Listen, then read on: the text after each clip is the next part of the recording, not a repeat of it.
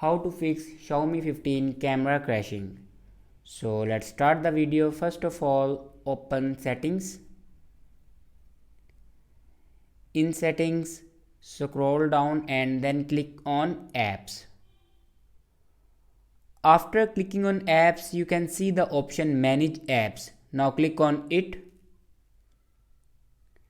and then search here camera app. Now click on camera and then click on storage. Here you can clear your camera data. After clear your camera data, then go back and restart your device.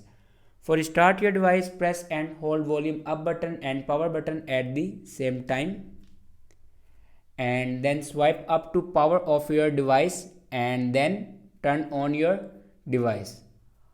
After that, open settings again and then scroll down and click on apps and then again click on apps. On top right corner you can see these three dots. Now click on these three dots and then click on other settings.